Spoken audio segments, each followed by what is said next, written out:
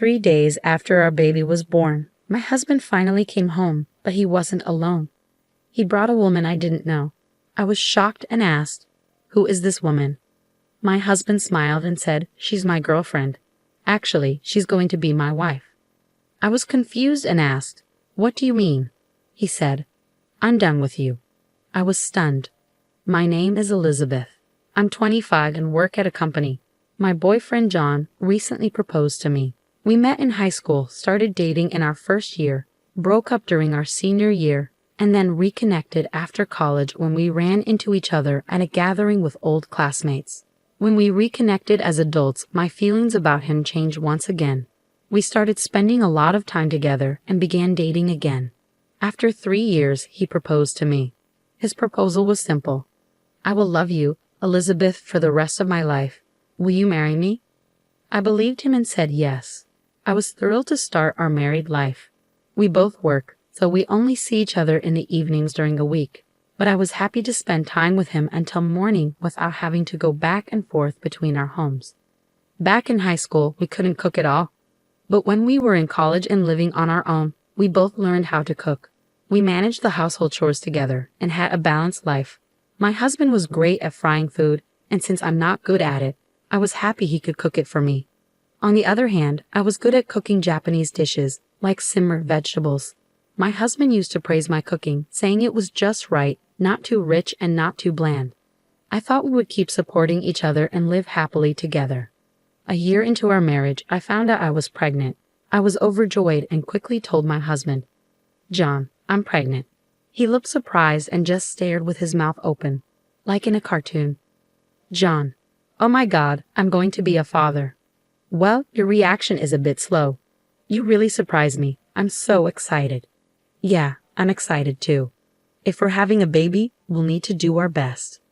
My husband was thrilled about the pregnancy, and I was looking forward to raising our child together. At first, he was very concerned about my health. "Elizabeth, take it easy, okay?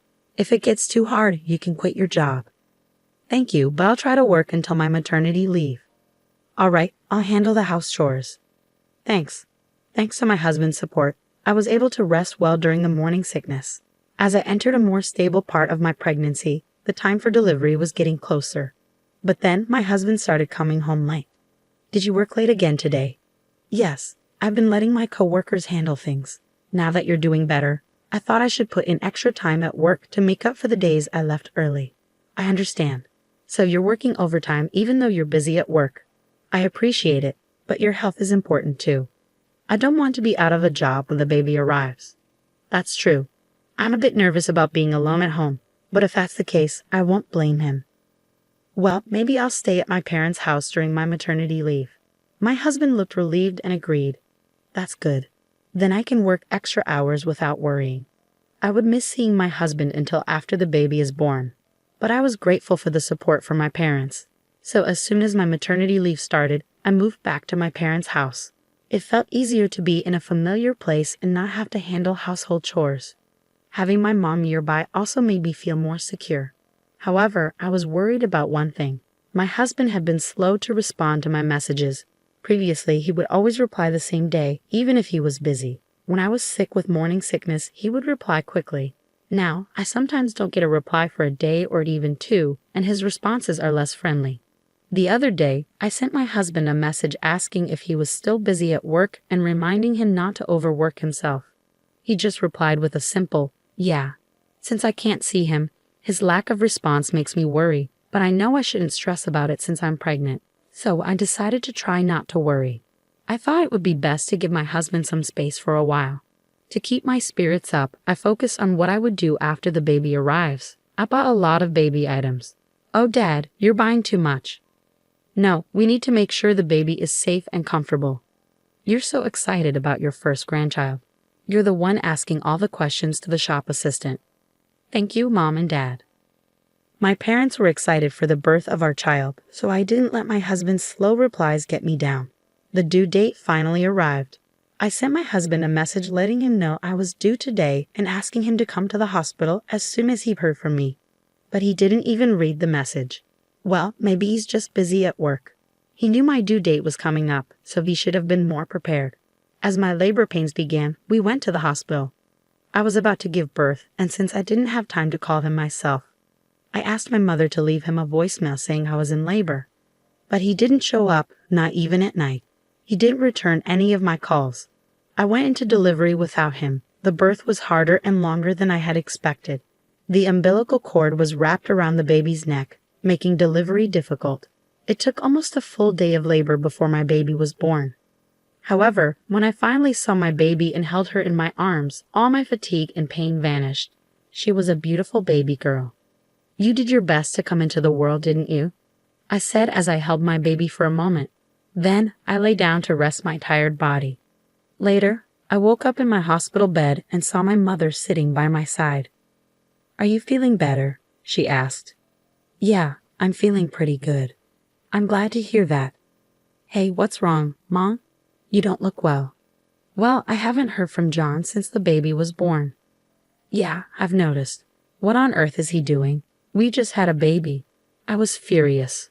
Why didn't he come to the hospital? I had sent him a message saying the baby was born. A few hours later, he replied that he would come to the hospital the day after tomorrow. Why can't he prioritize coming here? I tried not to think about anything negative until the birth, but now that the baby is here, I don't need to hold back my feelings. Why isn't he here for his own child's birth? He should come immediately. Is his company so strict they won't let him leave? I poured all my frustration into a message to him, but he just read it and didn't reply. What's going on? He was so excited when I told him I was pregnant. Why does he seem so uninterested now? My parents were furious with my husband's unreasonable behavior. My father said he would give him a serious talk next time. 3 days after the birth, my husband finally showed up, but he wasn't alone. He brought a woman I didn't know with him. I was so shocked I couldn't speak. "You seem to be doing well," he said, "so don't send me messages as if you're in a crisis." Huh? Not only did he arrive with an unknown woman, but he also had a cold attitude. I was stunned but managed to ask a few questions. "Who is this woman?" My husband smiled and said, "She's my girlfriend. Or better yet, my future wife." What?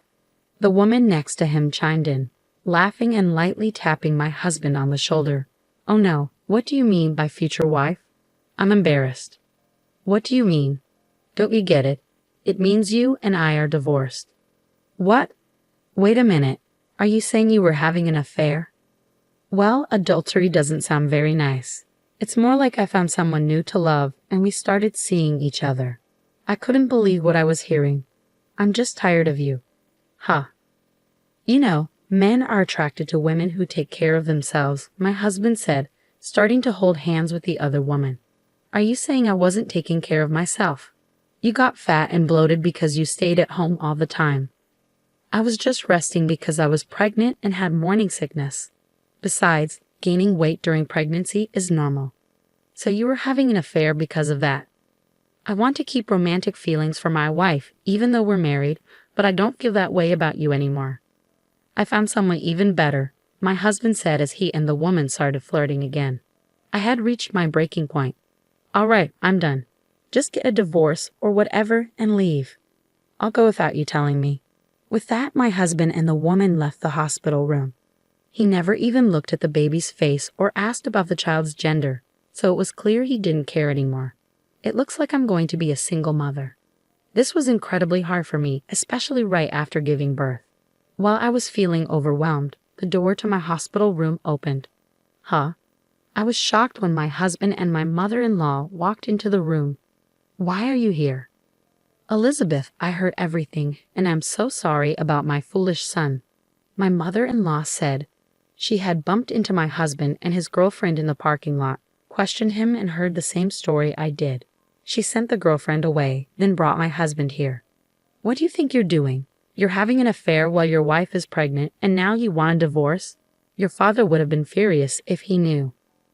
My father-in-law had passed away a few years ago. I didn't have a choice. She came to me, and I fell in love with her. How could I have married such a man? I said, "You clearly care about her so much. Elizabeth, do you still want to stay married to John?" My mother-in-law asked. But I had already made up my mind. "No, I want a divorce now. Well, that's fine. My husband's face brightened when he heard my decision. Then there's nothing wrong. Not so fast. You'll be paying alimony for your affair and child support for your child. What? Of course. You committed adultery, so you need to take responsibility. And if you divorce Elizabeth, I'll stop sending you money. What? No way. Sending money? What do you mean sending money? Well, what Elizabeth didn't know is that his income is so low that he asked me to send him a few $1,000s every month. He said he needed it to support his life with you. I never heard that. My husband's salary was low, and I had been covering for it with my higher income. In other words, he had been using the money my mother-in-law sent him to support his affair. This pushed my mother-in-law to her breaking point. I'm going to make you pay back every penny I've given you. I'm cutting all ties with you. Don't ever come back to my house. No, wait. Elizabeth, I'm sorry for all this. I'll find you a top-notch divorce attorney and you can get as much money as you can from him. Oh, thank you very much. My mother-in-law left the hospital with my husband. I made sure to demand alimony and child support from him. And of course, I also sought alimony from his mistress. My husband ended up deep in debt, and my mother-in-law abandoned him. The woman he was seeing also left him once she realized he no longer had any money. He spent his days struggling to pay alimony and child support while living alone and poor. I have no intention of letting my child see my ex-husband. I want him to feel regret for the rest of his life while he deals with the financial consequences. Meanwhile, I've returned to work as a single mother and am working hard to raise my child. I still stay in touch with my mother-in-law and share pictures of my grandchild with her. Even though my ex-husband was awful, I'm grateful to have met my wonderful mother-in-law. Having an affair while pregnant is unforgivable, and I wish there were a harsher punishment for him. But at least the woman got rid of someone like him. I hope you and your daughter find happiness together from now on.